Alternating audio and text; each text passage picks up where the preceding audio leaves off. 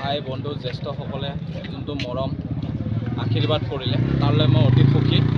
আৰু মই একচুৱেলি আমাৰ ৰাজনীতিৰ কথাৰ ফালে থাকিলে, কিন্তু মই আজি ধৰ্মসভাৰ অনুষ্ঠানৰ যোনটো আলোচনা হ'ল, মই আলোচনা কমিটিৰ লগত বহিলোঁ। ধৰ্মসভাখন আল্লাই চৈ চালমত ভালে ভালে আগুৱাই লৈ যাওঁ।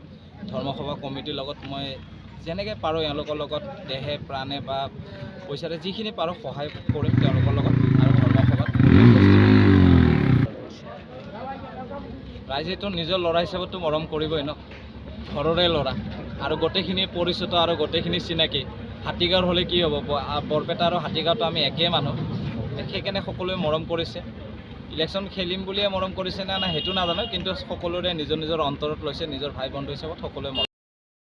ৰাইজে আঁকোৱালি ল'ব লাগিব। ৰাইজৰ যদি মৰম আৰু সহায় মই পাওঁ, তেতিয়াহ'লে 2026ত ইলেকশ্যন খেলিম বুলি ভাবিছোঁ। আৰু যদি ৰাইজে কয় নালাগে আপুনি এবাৰ খেলিব, ৰাইজৰ মতেদি হ'ব, মোৰ মতেদি একো নহয়, সকলো ৰাইজৰ ওপৰত। আপুনি কোনটো দলৰ প্ৰাৰ্থিত্ব প্ৰদান কৰিব? মই একচুৱেলিটো বিচাৰিছোঁ আপোনাৰ ৰাইজৰ দলৰ পৰা। ৰাইজৰ দলৰ মই টিকেট প্ৰত্যাশী হৈ আছোঁ।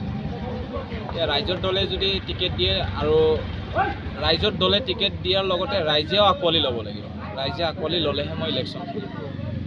সকলো ৰাইজৰ ওপৰত এৰিছোঁ, মোৰ নিজা সিদ্ধান্ত একো নাই, সকলো ৰাইজৰ ওপৰত। ৰাইজে থাকিলেহে মই আছোঁ, ৰাইজে ক'লে মই আছোঁ।